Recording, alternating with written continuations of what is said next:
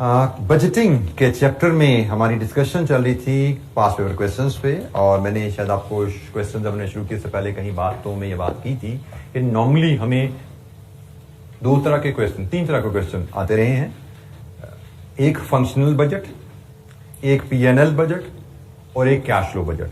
तो अभी हम जो प्रैक्टिस क्वेश्चन कर रहे हैं वो फंक्शनल और पीएनएल बजट को डिस्कस कर रहे हैं। कोई 2, 4, 5 क्वेश्चन इनके कर लें, फिर हम कैश बजट के पास पेपर क्वेश्चन देखेंगे, ठीक है, ताकि हमारे फंक्शनल बजट भी बेसिकली पीएनएल का ही कॉस्ट ऑफ सेल का बजट जैसे हमने कल बनाया था। एक फंक्शनल बजट में भी पीएनएल के एक सेगमेंट की कैलकुलेशन हमें दी जाती है। तो profit loss and functional budget की डिस्कशन कर रहे हैं। इसके बाद हम कैश बजट के सवालों को भी इंशाअल्लाह देखेंगे, क्योंकि एग्जाम में हमें इनमें से कोई भी एरिया दिया जा सकता है। तो आज जो हमने पहला सवाल अब देख रहे हैं दैट इज क्वेश्चन नंबर 23। अब ये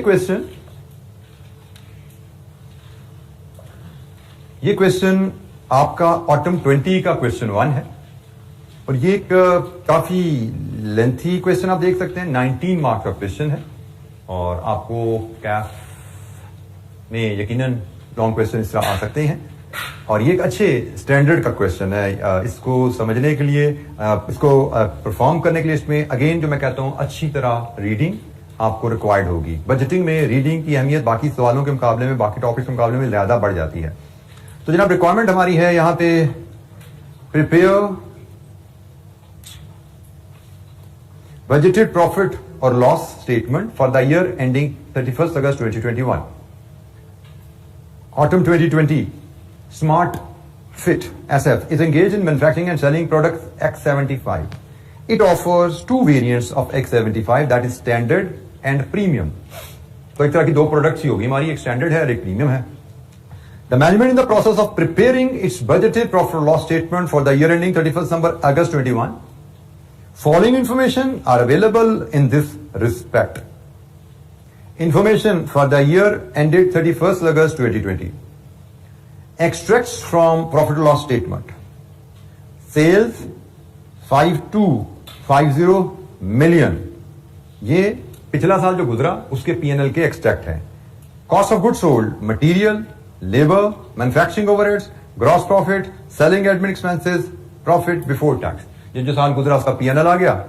ड्यूरिंग द ईयर जो साल गुजरा उसकी कहानी है। SF operated at 75% of capacity. It manufactured and sold 9 lakh and 6 lakh standard and premium units respectively. मतलब ये जिस पीरियड का PNL है अब उसकी कहानी दी जा रही है हमें। The retail price of premium unit is set at 2 times of the retail price of standard unit. Standard की प्राइस क्या, प्रीमियम की प्राइस क्या, ये नहीं बताएगी, रिलेशनशिप दे दिया गया है। और मैंने शायद कहीं पीछे आपको बताया था कि जब आपको दो वेरिएबल में रिलेशनशिप दिया जाए, उनकी वैल्यूज निकालनी हो तो कैसे निकलती है, वाया इक्वेशन। बात हुई थी ये शायद कभी, ठीक है। दो वेरिएबल्स का रिलेशनशिप दिया जाए आपको, ये बेसिक उसको याद रखना। दो वेरिएबल का रिलेशनशिप दिया जाए और आपको उन वेरिएबल्स की वैल्यू चाहिए, आप थ्रू इक्वेशन उनकी वैल्यूज आसानी से निकाल सकते हो। 1.6 kg of material is required for each unit of standard unit, and whereas 2 kg of material is required for each premium unit. Labor manufactures 3 standard units per hour. मतलब 20 minute per our हो गया ना, एक घंटे में 3 unit बने standard के, तो 20 minute per hour. Each 20 minute per unit.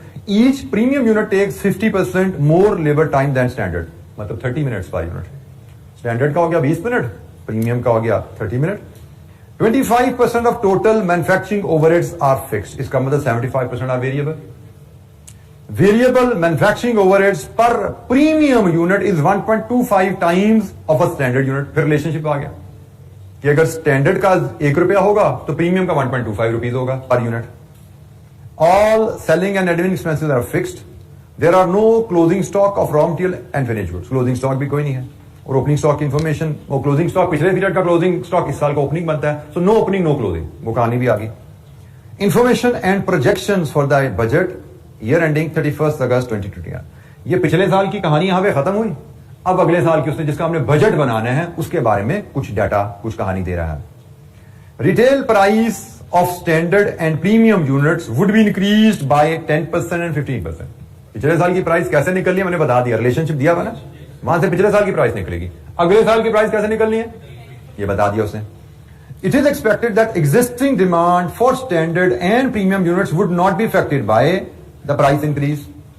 In addition, SF has entered into a contract with a new foreign customer for supply of 450,000 premium units at a discount of 20% of new retail price. मतलब price बढ़ाने से demand कम नहीं होनी, बल्कि उल्टा premium के तो नए कस्टमर हमने अट्रैक्ट कर लिए हैं, जिनकी यूनिट्स कितने हैं और जिनकी प्राइस कितनी है. Any constraint due to production capacity would be met by reducing the existing production of standard units. However, any shortfall in production of standard units would be met by purchasing it from the market at a price of 2400 per unit. अब कहानी क्या है? उसने आपको कहा कि आप additional customer ले आए प्रीमियम के. प्रीमियम की पुरानी डिमांड भी अपनी जगह खड़ी है, नए कस्टमर भी आ गए. चांसेस है कि शायद आपकी प्रोडक्शन कैपेसिटी काफी ना रहे स्टैंडर्ड की डिमांड पूरी करने के लिए, क्योंकि प्रोडक्शन इसकी बढ़ गई ना प्रीमियम की, शायद स्टैंडर्ड की डिमांड पूरी करने की कैपेसिटी ना रहे. उसने कहा अगर हमारी कैपेसिटी कम होगी तो जितनी कमी होगी बाहर से खरीदेंगे. खरीदने या बेचने हमने स्टैंडर्ड के 9 लाख ही हैं. पिछले साल 9 लाख और 6 लाख बेचे थे ना. इसके तो 6 लाख जमा 4 लाख 50,000 हो जाएंगे, लेकिन इसके 9 लाख ही बेचने हैं. लेकिन अगर बनाने का टाइम नहीं ना होगा हमारे पास, रिसोर्सेज कम हो जाएंगे तो बाहर से खरीद लेंगे. ये कहानी है सारी. बेचने 9 लाख ही है, कमी होगी तो मार्केट से खरीदेंगे. मटेरियल प्राइस, रॉ मटेरियल की बात कर रहे हैं, would increase by 5% with effect from 1 January 2021. The material would be purchase evenly throughout the year. Labour, manufacturing overheads and selling admin expenses would be subject to inflation of 10% per annum.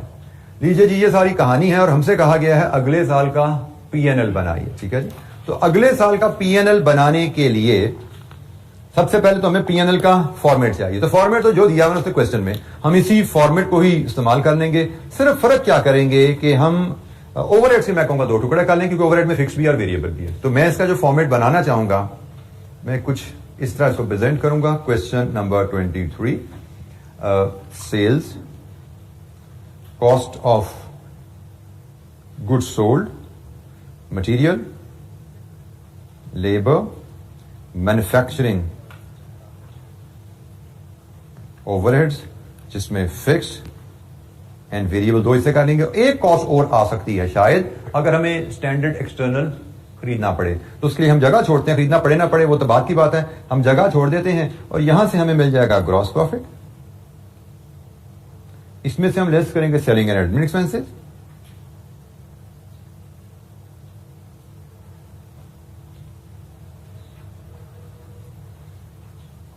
और यहां से हम पहुंच पाएंगे net budgeted net profit पे.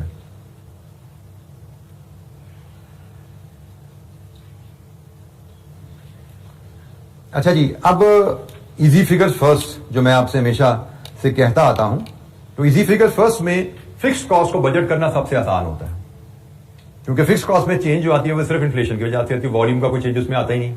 ठीक है. तो जैसे उसने मैं कहा हमारे सेलिंग एडमिन सारे फिक्स्ड है. तो सेलिंग एडमिन पिछले रुपीज है सारे मिलियन में, रुपीज इन मिलियन में जी हमारी ये स्टेटमेंट बनने जा रही है. पिछले साल सेलिंग एडमिन कितने थे? 426, और इसमें इजाफा कितना आना है? लास्ट नोट में उसने शायद बताया हुआ है 10%. फिक्स कॉस्ट है, 10% इजाफा डाल दो, कितने आए जी? 469.2 डेसिमल पर उसको 468.60. इसी तरह फिक्स्ड ओवरहेड्स को अगर मैं देखूं तो फिक्स्ड ओवरहेड्स में हमारे वेरिएबल भी हैं और फिक्स्ड कंपोनेंट भी हैं, और फिक्स्ड कंपोनेंट इसमें डिटरमिन करना नहायत ही आसान है. तो फिक्स्ड कंपोनेंट कितना है? पिछले साल के ओवरहेड्स थे हमारे 440, इसमें 25% फिक्स्ड है और इनमें 10% का इजाफा आएगा. 75 वेरिएबल की कहानी बाद में डील करेंगे. कितना बना जी? 121.00. लीजिए जी, ये हमारे पास खर्चा हो गया इसका फिक्स्ड ओवरहेड्स का. अब बाकी चीजों में हमें जरा काम करना पड़ेगा, क्योंकि बाकी हर चीज वेरिएबल है. सेल्स भी वेरिएबल है, units into price. Material cost भी ऐसे ही है, लेबर भी ऐसी है, वेरिएबल ओवरहेड भी ऐसे हैं. हर चीज में हमें काम जरा डिटेल में करना पड़ेगा. तो हम शुरू करते हैं से सेल्स के डाटा से. सेल्स का डाटा चले. सेल्स के डाटा में वॉल्यूम तो हमें पता है 9 लाख स्टैंडर्ड का बेचना, ऐसा ही. इसकी प्राइस क्या होगी वो मैं नहीं पता, वो मैं वर्कआउट करनी पड़ेगी. प्लस 6 लाख जमा 4,50,000 प्रीमियम का बेचना है, ये भी पता है. बल्कि नहीं, इसको हम 2 अलग अलग करेंगे, दोनों की प्राइस फर्क होने वाली है. 6 लाख की प्राइस पूरी होगी और 4,50,000 की प्राइस जो होगी उस पर 20% डिस्काउंट मिलेगा। ठीक हो गया। अब हमें प्राइस चाहिए अगले साल, स्टैंडर्ड की क्या होगी, अगले साल प्रीमियम क्या होगी, तो यहां पे स्टैंडर्ड की प्राइस डालेंगे, यहां प्रीमियम की प्राइस डालेंगे, यहां पे भी प्रीमियम की प्राइस डालेंगे, रेवेन्यू आ गया हमारा रुपीज इन मिलियन। तो ये थोड़ी सी हमने बजटिंग में जो काम होता है कि आपने अपनी फाइनल फिगर का ब्रेकअप सोचना होता है कि ये फिगर आती कैसे है। तो रेवेन्यू कैसे आता है, यूनिट्स इनटू प्राइस। तो हमने जी यूनिट्स इनटू प्राइस ले लिए, यूनिट्स की इंफॉर्मेशन रेडीली अवेलेबल थी। अच्छा, यूनिट्स इनटू प्राइस में अब हम चलेंगे प्राइस पे, और उसके लिए मैं लाता हूं वर्किंग वन। मुझे अगर पिछले साल की प्राइस मिल जाए तो अगले साल की चेंजेस बताएंगे ना उसने कि स्टैंडर्ड में 10% इजाफा, प्रीमियम में 15% इजाफा, तो अगले साल की प्राइस निकल आएगी। तो मुझे पिछले साल की प्राइस निकालनी है। और फिर वो बात आती है कि पिछले साल की प्राइस तो अवेलेबल नहीं है, लेकिन नोट नंबर 2 में क्वांटिटीज अवेलेबल है, और नोट नंबर प्राइस कहां पे है, प्राइस का जिक्र कहां पे था, नोट नंबर 3 में प्राइस, बिल्कुल नोट नंबर 3 में प्राइस का जिक्र है, नोट नंबर 2 में क्वांटिटी का जिक्र है, नोट नंबर 3 में प्राइस का जिक्र है। तो इस डाटा को यूज करके मैं पिछले साल की प्राइस निकाल सकता हूं। मैं वर्किंग 1 बनाऊंगा और मैं अज्यूम करूंगा last year price of standard product is x. अगर लास्ट ईयर स्टैंडर्ड प्रोडक्ट की प्राइस एक्स है तो प्रीमियम प्रोडक्ट की प्राइस क्या होगी, 2x। 10 last year revenue would be, revenue क्या होता है जी, units into price, 9 lakh standard into x plus 6 lakh premium into 2x, यही है ना। और इसका नतीजा क्या है, 5250,000,000। अब ये रुपीज में प्राइस लानी है ना, तो आपको सारे जीरो लगाने पड़ेंगे, तो मिलियन से, तो जनाब रुपीज में प्राइस आएगी यहां से। तो बताइए यहां से व्हाट इज एक्स और फिर व्हाट इज 2x। ये आपकी 2500, एक्स इज 2500, एक्स इज 2500, तो 2x इज 5000। ये आपकी लास्ट ईयर प्राइसेस आ गए स्टैंडर्ड प्रोडक्ट की, और ये आपकी प्रीमियम प्रोडक्ट की लास्ट ईयर प्राइसेस आ गई। अब बजटेड प्राइसेस निकालो अगले साल की। स्टैंडर्ड की 10% ज्यादा, 2500 इंटू 1.1, 2750। और प्रीमियम की कितनी है जी, 15% ज्यादा, 5000 इंटू 1.15, 5750। हो गया जी काम, रेवेन्यू की फिगर हमारी कंप्लीट हुई। आ जाइए जी रेवेन्यू के ऊपर, यह आया 2750, ये है 5750, ये है 5750। रुपीज इन मिलियन में रेवेन्यू बता दीजिए क्या आएगा हमारा। अच्छा, इसकी प्रेजेंटेशन फिर एग्जामिनर की थोड़ी फर्क होती है, वो इक्वेशन की वजह टेबल 2 में कहीं खेल वो प्ले ऑफ कर रहे हैं, तो मुझे वो टेबल की चीजें मुश्किल लगती हैं। इक्वेशन मुझे लगता है आसान है एब्जॉर्ब करना, डील करना, ठीक है। तो मैंने उसने को टेबल से चीजें वर्कआउट की हैं, मैंने इनको और रिप्रेजेंट किया है, जो मुझे लगता है ज्यादा बेहतर तरीका है, एफिशिएंट तरीका। मैं नहीं कहूंगा बेहतर है, एफिशिएंट मुझे लगता है। तो क्या आया रेवेन्यू,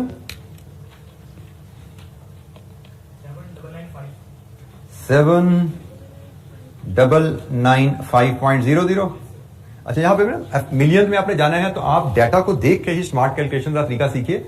इसको 9 लाख कीजिएगा ना, 0.9 फीट कीजिए, 0.9 into this, 0.6 into this, 0.45 into this, direct million में फिगर आ जाती है। तो वो 0 की टेंशन से आप आजाद हो जाते हैं। तो थोड़ा सा स्मार्टली इनको चीजें करना सीखे। प्रेजेंट हमने बेशक 9 लाख कर दिया, कैलकुलेटर में 0.9 फीट कर दिया, ठीक है। ये छोटी छोटी स्मार्ट टेक्निक्स है, इनको अपनी हैबिट में लेके आइए।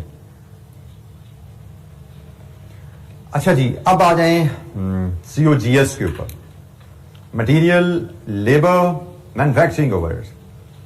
हमने मटेरियल कितना खरीदना है, लेबर कितना खरीदना है, ये तो डिपेंड करेगा कितने यूनिट बनाने हैं, और क्योंकि पर यूनिट कितना केजी लगना है वो बताया गया है। प्राइस हमें गिवन है कि नहीं गिवन, मटेरियल की कीमत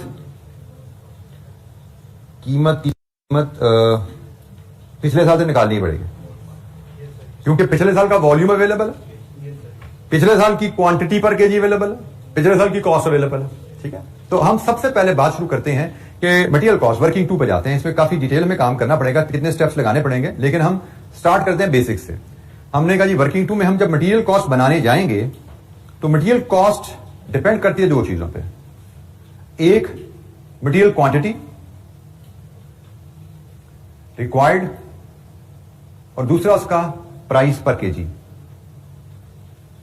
इन दो चीजों पर डिपेंड करती है। क्वांटिटी इन टर्न डिपेंड करेगी प्रोडक्शन के ऊपर, क्वांटिटी इन टर्न डिपेंड करेगी प्रोडक्शन के ऊपर, और प्राइस डिपेंड करेगी पिछले साल की प्राइस, उसमें कितना इजाफा, 10% का इजाफा। Labour, manufacturing overhead, selling expenses, नहीं मटेरियल का 5% का इजाफा। नोट नंबर 3, मटेरियल में 5% का इजाफा। तो जनाब मटेरियल में हम कहते हैं पिछले साल की प्राइस आ जाए, उसमें 5% का इजाफा डाल दें, ऐसा ही है। पिछले साल की प्राइस के लिए मैं वर्किंग 2.1, पहले मैं यहां से बात शुरू करता हूं, वर्किंग 2.1 बनाता हूं मैं पिछले साल की प्राइस के लिए। पिछले साल मटेरियल की प्राइस क्या थी? पिछले साल मटेरियल की प्राइस जनाब रही होगी,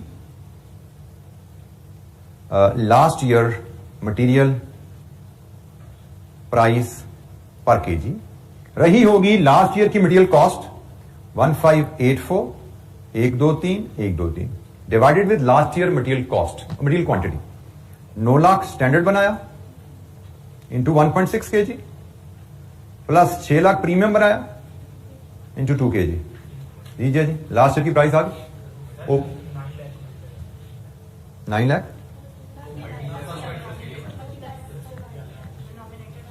प्लस कर दिया, बिल्कुल ठीक है जी, multiply 9 lakh into 1.6, 600,000 into 2 kg. यही है जी कहानी।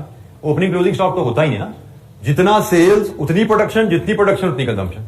तो ये जी आपने 9 लाख यूनिट स्टैंडर्ड का बनाया, उसमें कितना मटेरियल लगा होगा, 6 लाख यूनिट प्रीमियम का बनाया, उसमें कितना मटेरियल क्वांटिटी लगी होगी। सो कॉस्ट ओवर क्वांटिटी, पिछले साल का रेट कितना है जी, ₹600 पर केजी, ये पिछले साल का रेट है। लीजिए जी, यहां पे फीड किया इंटू 1.5, ये अगले साल की प्राइस बन गई मटेरियल की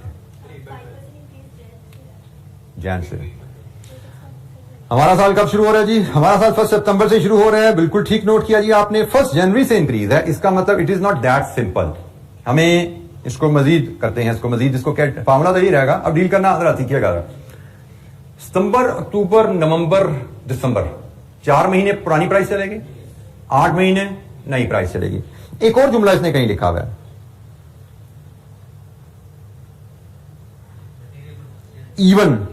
evenly throughout the year. इसका मतलब हमें जितना मटेरियल टोटल चाहिए 4/12 और 8/12, ऐसा ही है। दिसंबर तक हम 4/12 क्वांटिटी खरीदेंगे उसकी, और दिसंबर से आगे हम 8/12 खरीदेंगे। तो 4/12 600 पे खरीदेंगे, और बाकी जो है वो इस पे खरीदेंगे। लीजिए जी, इन दोनों को फिर हम कर लेंगे सम। टोटल क्वांटिटी हम निकालेंगे, उसके 2 हिस्से करेंगे, एक 4/12, एक 8/12, ऐसा ही है। टोटल क्वांटिटी हमें साल में कितनी चाहिए वो वर्कआउट कर लेते हैं, अगले साल टोटल क्वांटिटी कितनी चाहिए वर्कआउट कर लेते हैं। इवन परचेज है, 4/12 31 दिसंबर तक हो जाएगी, 8/12 उसका 1 जनवरी से 31 अगस्त तक हो जाएगी। तो जो 4/12 क्वांटिटी है वो पिछली कीमत पर खरीदी जाएगी, जो 8/12 क्वांटिटी है वो 5% इजाफी कीमत पर खरीदी जाएगी। तो this will give you the total purchase. Budgeting में बहुत ज्यादा आपका लॉजिकल मैथ यूज होने वाला है। सो इसकी इसकी रिवीजन कम होगी, इसकी प्रैक्टिस ज्यादा होगी। बाकी टॉपिक्स में आपकी रिवीजन बहुत इंपॉर्टेंट है, लेकिन बजटिंग में रिवीजन के लिए कॉन्सेप्ट है ही नहीं। बजटिंग में कॉन्सेप्ट्स तो ऐसा है नहीं, लॉजिकल मैथ्स ही है। तो इसको जितनी आप ज्यादा प्रैक्टिस करेंगे उतनी आपके जरा मेंटल ब्रेन आपका जो है वो स्ट्रांग होता जाएगा। तो जनाब अब हमें क्या चाहिए, अगले साल हमें कितनी क्वांटिटी की जरूरत पड़ेगी, उसके लिए पहले हमें प्रोडक्शन बनानी पड़ेगी। प्रोडक्शन से फिर हम 1.6 और 2 से मल्टीप्लाई करके क्वांटिटी पे जाएंगे। तो उसके लिए अब हम बना लेते हैं वर्किंग 2.1 हमने कर ली थी ये जनाब। अब हम वर्किंग 2.2 कर लेते हैं ये क्वांटिटी के लिए। टोटल हमें क्वांटिटी अगले साल कितनी चाहिए होगी,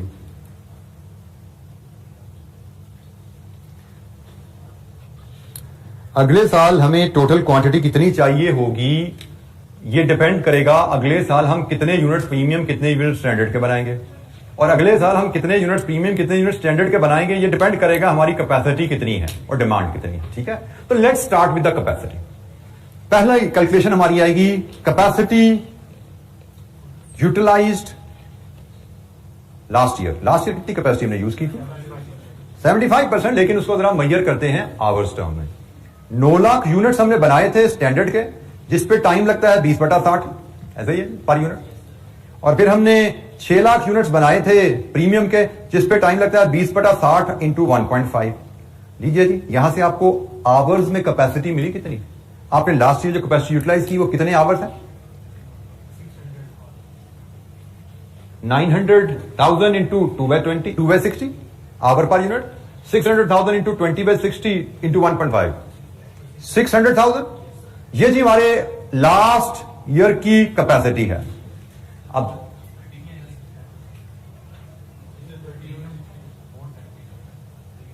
बेटा मैंने 1.5 लगा दिया ना, ठीक है, 1.5 गुना टाइम, इससे 1.5 गुना, 20/60 से 1.5 गुना, 6 लाख पिछले साल की कैपेसिटी। अब तो से बात सुनिएगा, 6 लाख घंटे हमारी पिछले साल की कैपेसिटी है, हम ये 75% पे ऑपरेट कर रहे थे। अब हमारी डिमांड भी बढ़ने जा रही है और हमें लग रहा है कि हमारी डिमांड इतनी बढ़ी है कि हम अपनी डिमांड पूरी नहीं कर पाएंगे, हमें कुछ बाहर से भी खरीदना पड़ सकता है, ये बात हो रही है ना। तो उसको लेकर चलते हुए अगर हम बाहर से खरीदने जा रहे हैं तो क्या हम 75% कैपेसिटी पे चलते रहेंगे? 100 पे जाएंगे ना भाई, लॉजिकली बात है। हम तो पहले इसको लेके जाएंगे 100% कैपेसिटी पे। तो हमने कहा जी हमारी 100% कैपेसिटी जो है, क्योंकि डिमांड बढ़ने वाली है, हम 100% कैपेसिटी के हिसाब से असेसमेंट शुरू करते हैं। वो है जी 600,000 ओवर 0.75, 8 लाख हमारी 100% कैपेसिटी है। अब हमें कहा गया है इसमें से हमने सबसे पहले बनाने हैं प्रीमियम के units, time required for our premium units, time required for premium. तो जनाब हमारी डिमांड है 6 लाख जमा 4,50,000 इंटू 30/60 कर लो, ऐसे ही है प्रीमियम का टाइम, ये 30/60 बन गया। तो बताइए प्रीमियम में कितना टाइम लग गया? 525,000 आवर्स। बाकी टाइम अवेलेबल फॉर स्टैंडर्ड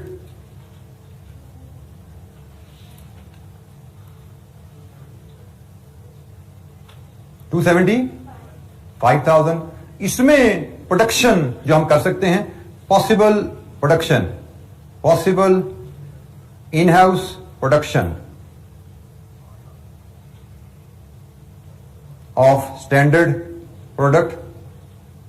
तो भाई आवर्स अवेलेबल है, क्या करें, आवर्स को डिवाइड कर दें टाइम पर यूनिट से, जो कि है 20/60। तो कितने यूनिट्स बना पाओगे जनाब? हमने प्रीमियम के पूरे यूनिट्स बना लिए, 825,000 यूनिट्स ये बने आपके स्टैंडर्ड के। इसका मतलब quantity of standard to be purchased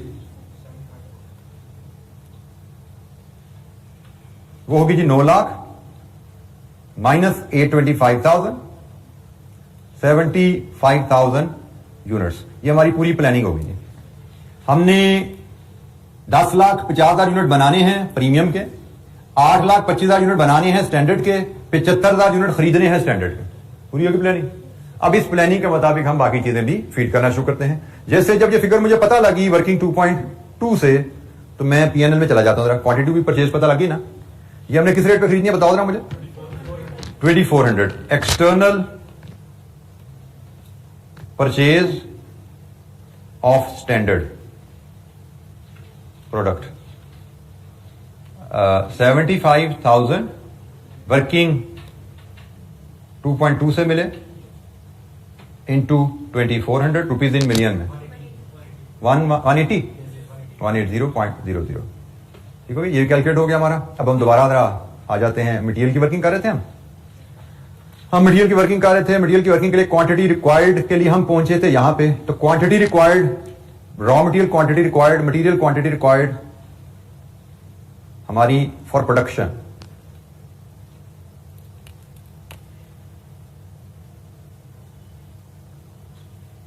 $10,50,000 premium के इंटू 2 kg प्लस 8,25,000 स्टैंडर्ड के इंटू 1.6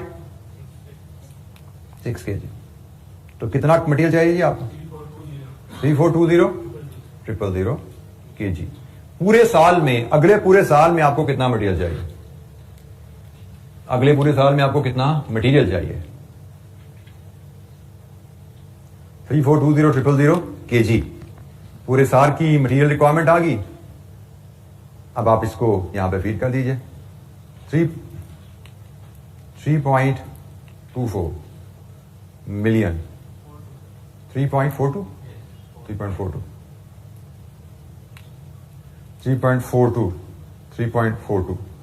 मिलियन। तो डायरेक्टली रुपीज इन मिलियन आ गया आपके। बताइए जी, इन दोनों फिगर्स को कैलकुलेट कीजिए और सम बताइए मटेरियल कॉस्ट कितनी आई?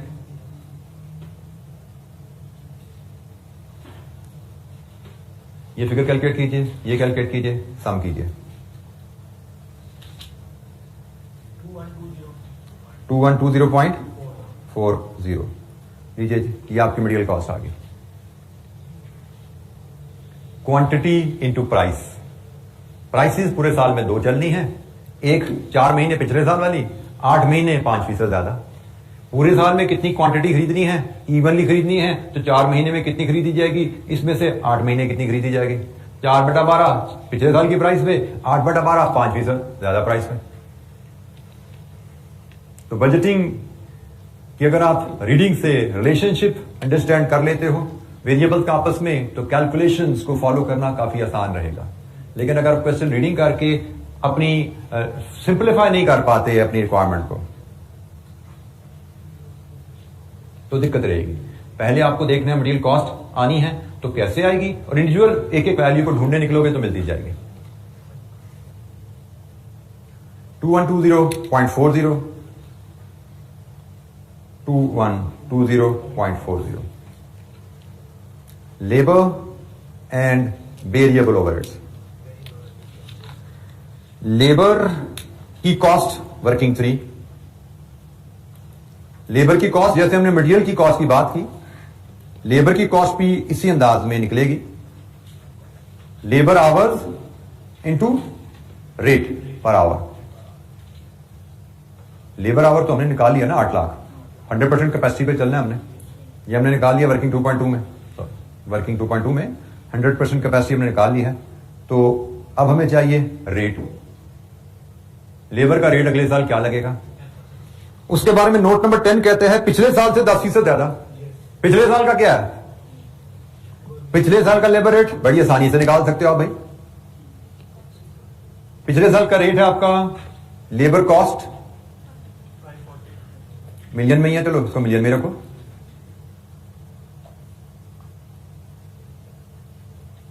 पिछले साल के लेबर आवर्स 6 लाख है ना, पिछले साल के लेबर आवर्स ये भी आपने वर्किंग 2.2 में निकाले हैं भाई, ये आपने पिछले साल के लेबर आवर्स निकाले हैं 6 लाख। पिछले साल की कॉस्ट आपके पास है, पिछले साल के आवर्स आपके पास है, पिछले साल का रेट आपके पास आ गया, पिछले साल का रेट आ गया, इसमें 10% का इजाफा डाल दो, तो जनाब ये लेबर आवर्स को भी चलो मिलियन में रहना है तो उसको भी 0.8 मिलियन ही रख लो फिर। तो बताइए जनाब लेबर की कॉस्ट रुपीज इन मिलियन में सीधी आ जाएगी, 792.00 लेबर की कॉस्ट। लीजिए जी, इट इज दैट सिंपल। एक बार ट्रैक पे चढ़ गए हैं आप, चीजें आपकी आगे आसानी से होती जाती हैं, लेकिन सोच के एक बार ट्रैक पे चलना पड़ता है कि हमें चलना कैसे है। लेबर की cost 792 million,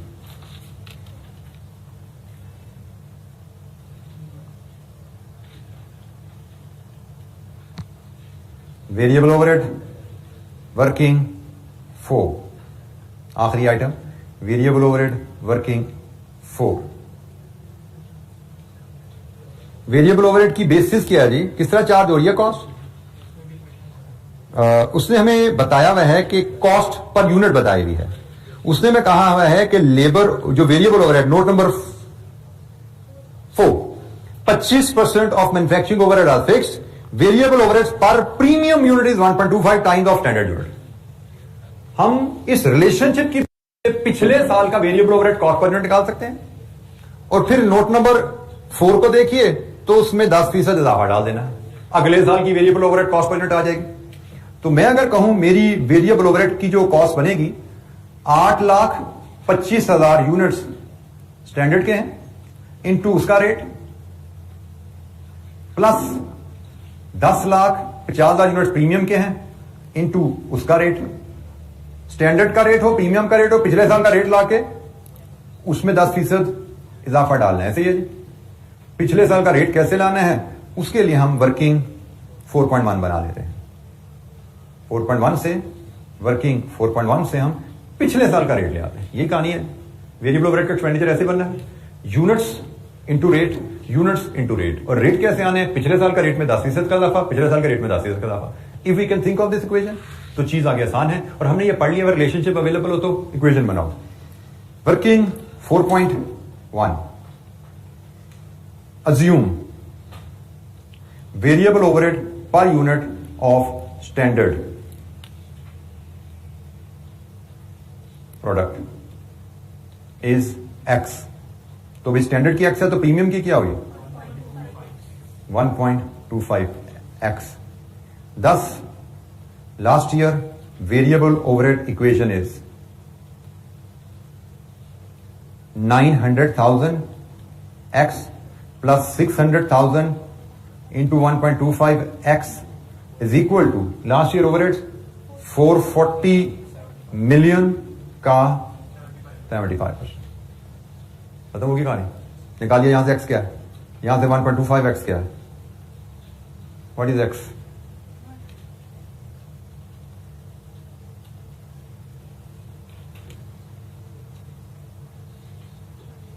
x is 200, 1.25 x is 250।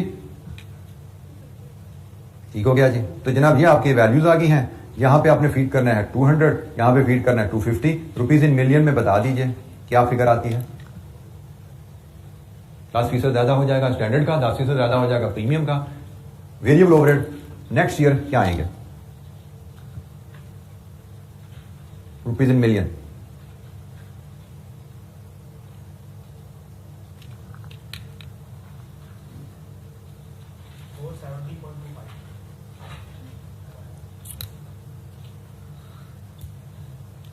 $470.25 ठीक हो गया जी। 470.25 वेरिएबल ओवरहेड 470.25 और इसको अब हम लेके हम फीड करेंगे जी 470.25 को यहाँ पे मेन P&L में आइए 470.25 लीजिए जी। नेट ग्रॉस प्रॉफिट लाइए, sales minus cost of goods sold, gross profit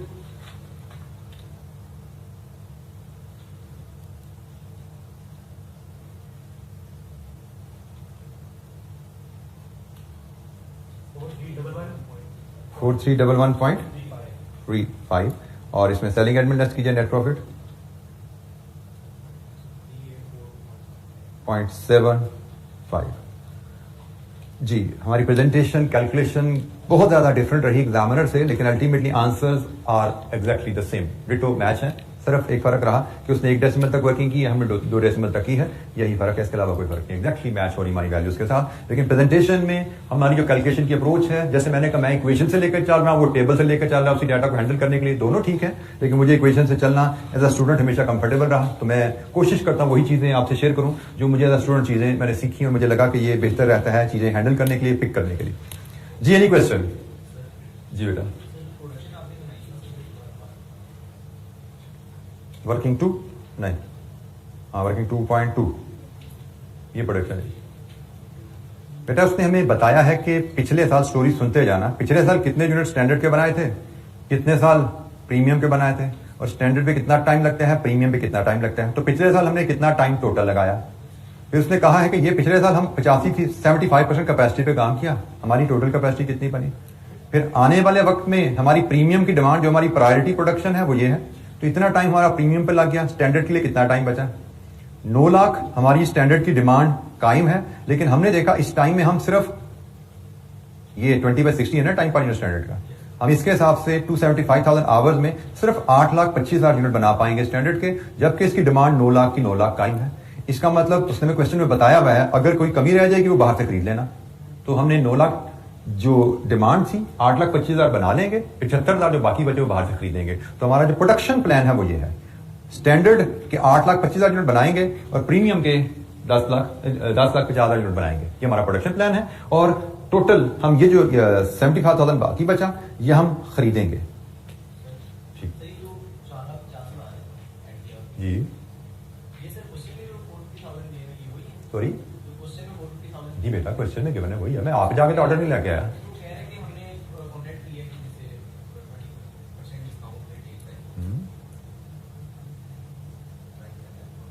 सारा मसला है तो क्लास में 10 मिनट लेट एंटर होगा, सारा प्रॉब्लम वहां से शुरू हुआ है।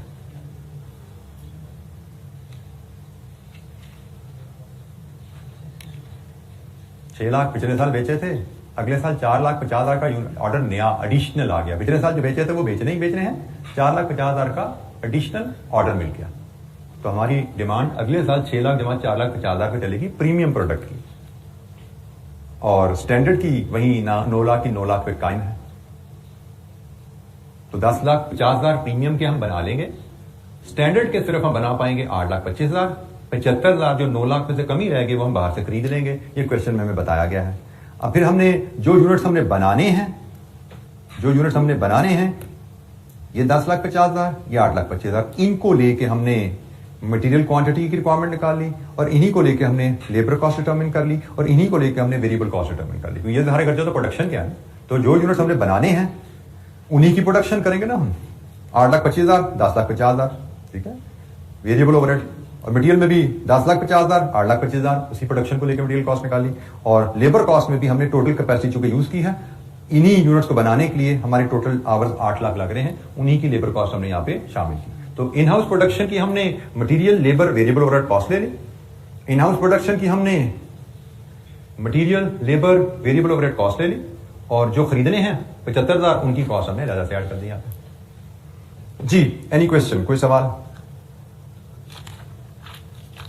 बजटिंग के क्वेश्चन काफी लेबोरियस क्वेश्चन समझे जाते हैं जनरली, और मेरे हिसाब से लेबोरियस भी होते हैं और कुछ ना कुछ इसमें कैलकुलेशन में बात कॉम्प्लेक्सिटी भी आती है, लेकिन हमें ध्यान में रखना है मार्किंग स्कीम को। हमारे मार्क्स मार्किंग स्कीम के हिसाब से चल रहे होते हैं। इस क्वेश्चन के एंड पे यहाँ पे हमें मार्किंग स्कीम भी अवेलेबल है। जैसे आप देख सकते हैं, सेल्स की एक वर्किंग बनाई 4 नंबर, मटेरियल की कॉस्ट निकाली 3.5 नंबर, लेबर की कॉस्ट निकाली अब ये वाला कि लेबर की कॉस्ट निकालना एक लाइन का काम था, ठीक है, लेकिन इसके 3.5 नंबर। कर मैन्युफैक्चरिंग ओवरहेड, फिक्स के वेरिएबल ओवरहेड टोटल मिलाओ 4 नंबर। परचेज फ्रॉम मार्केट, अब वो 75,000 तरफ 24 किया तो उसको 2400 वो भी नंबर आ गए। और सेलिंग एडमिन में इन्फ्लेशन डाली 0.5, ये सारे नंबर बटे पड़े हैं। हर स्टेप के हर वैल्यू के नंबर है। फॉर्मेट बनाओ पीएनएल का, जो फिगर्स आसानी से नजर आ रही है 1-1, 2-2, 4-4 नंबर डालो वहां पे, फिर बाकी फिगर्स पे लग जाओ पीछे, तो अल्लाह खैर करेगा इंशाअल्लाह, हो जाती है चीजें। लेकिन बजटिंग में तैयार रहेगा, आपको क्वेश्चन को आम क्वेश्चन मुकाबले में ज्यादा पढ़ना पड़ता है। अक्सर क्वेश्चन अगर बजट पे नंबर ज्यादा है तो क्वेश्चन यकीनन बहुत लेबोरियस होने वाला है। जैसे ये क्वेश्चन 19 नंबर का सवाल था और आपने इसमें देखा इसमें काफी ज्यादा कैलकुलेशंस इन्वॉल्व थी। मैं ये नहीं कहूंगा कि बहुत ज्यादा कॉम्प्लेक्स थी। एक दफा आपने वो बेसिक असूल यहाँ पे क्या था कि 2 वेरिएबल का रिलेशनशिप गिवन इक्वेशन बनाओ, मामला चल पड़ता है। तो उस बेसिक असूल को लेकर चलते हुए काफी लेबोरियस कैलकुलेशन यहाँ पे की हमने। लेकिन ओवरऑल अगर मैं कहूं तो इस क्वेश्चन को मैं डिफिकल्ट नहीं कह सकता, कॉम्प्लेक्स नहीं कह सकता। लेबोरियस जरूर है लेकिन it was a moderate level question. और मैं जनरली इस तरह के क्वेश्चन को, अगर लेबोरियस क्वेश्चन हो, लेंथी क्वेश्चन हो, तो इनको जनरली मैं चाहूंगा कि मैं as a student towards end of the paper या towards the latter half of the paper करना चाहूंगा। पहले शुरू में, पहले आवर में मैं इस तरह के क्वेश्चन को टच नहीं करना चाहूंगा एज अ स्टूडेंट। जो लेबोरियस है, जो मुझे लगता है टाइम ज्यादा मांगेंगे, उनको हम सेकंड हाफ में towards the end of the time में भी 2 घंटे गुजरने के बाद, 2.25 घंटे गुजरने के बाद मैं क्वेश्चन करने जा रहा हूं तो इस क्वेश्चन को हाथ डालूंगा जो मुझे लग रहा है कि ग्रिप में आ रहा है मेरे, मैं कर सकता हूं। टाइम ज्यादा लगना है, कोई बात नहीं, लगाते हैं जी, टाइम स्कोर भी तो मिलना है इंशाल्लाह। लेकिन शुरू में इसको ऐसे क्वेश्चन को हाथ नहीं डाला जाता, क्योंकि शुरू में लेंथी क्वेश्चन बेशक आसान भी हों, आपको मेंटली डिस्टर्ब कर देते हैं, आपको परेशान कर देते हैं। बेशक आसान, आपको समझ नहीं आते, तो थोड़ी देर बैटरी को दिमाग की चार्ज होने देते हैं छोटे छोटे सवाल करके। एग्जाम में छोटे छोटे सवाल करके आप यूज्ड टू हो जाते हैं एग्जाम कंडीशन से, दिमाग आपका भागना शुरू कर देता है। और जब दिमाग भागना शुरू हो तो मॉडरेट का डिफिकल्ट क्वेश्चन भी आप कर लेते हो, ठीक है। लेकिन शुरू में कभी भी मुश्किल सवाल, लेंथी सवाल नहीं करते पहले हाफ एन आवर में। जी एनी क्वेश्चन, कोई सवाल? अच्छा, यहाँ पे अब एग्जामिनर कमेंट्स भी कुछ मैंने जहां जहां मुझे मिले साथ साथ में डालता गया। कुछ जगह लेटेस्ट टाइम जो क्वेश्चन आए इनको भी जरूर देखा कीजिए, पढ़ा कीजिए। कॉमन मिस्टेक्स आपको पता लगती हैं और उन्हीं इसी तरह जैसे मैंने कहा कॉमन मिस्टेक्स से आप सीखते हो किन चीजों का आपने ख्याल रखना होता है। अच्छा जी, अगला क्वेश्चन जो अब हमें करना है, अब इसके क्वेश्चन बड़े लेंथी होते हैं। अब वो एक क्वेश्चन भी इतना टाइम गुजर के अब ना इधर करें ना उधर करें। क्वेश्चन नंबर 5 है मेरे एजेंडे पे, जरा पहुंचे तो सही वहां पे है क्या। मैं फिर दफा याद करा दूं, इससे मैंने भूल जाऊं। नेक्स्ट वीक हमारी 6 की 6 क्लासेस हमने फाइनेंस एरिया पे लेनी है, जिसमें हमारा इंशाअल्लाह ये बजटिंग के एरिया की प्रैक्टिस कंप्लीट होगी और हम रिस्क मैनेजमेंट के एरिया भी इंशाअल्लाह शुरू कर रहे होंगे। क्वेश्चन नंबर 5 है जी मेरे एजेंडे पे, और ये सवाल है prepare budgeted statement of cost of sales. इसको हम कहते हैं फंक्शनल बजट। ये फंक्शनल बजट का सवाल है, लेकिन अब इस सवाल को करने का टाइम हमारे पास नहीं है, तो मुझे लगता है ये हम इंशाअल्लाह मंडे पे इसको डालते हैं। मंडे को करेंगे सवाल। हमारे पास जो हमारे प्लान में क्वेश्चन है, आई थिंक कि Monday, Tuesday, Wednesday may be 3 days में हम इनको, क्योंकि आगे सवाल शायद सारे लंबे ना हो, लेंथी नहीं होंगे, तो 5, 7, 8, 10, 11 5 क्वेश्चन है। विल ट्राई कि हम अगले उनको 3 दिनों में उनको कंप्लीट करें और आखिरी जो 3 दिन होंगे हमारे, उसमें हम रिस्क मैनेजमेंट के एरिया पे इंशाअल्लाह डिस्कशन स्टार्ट कर देंगे, ठीक है। तो आज के लिए इतना ही, बाकी इंशाअल्लाह हम फिर मंडे को मिलेंगे और क्वेश्चन नंबर 5 ऑनवर्ड अपनी डिस्कशन को कैरी करेंगे। अस्सलाम वालेकुम।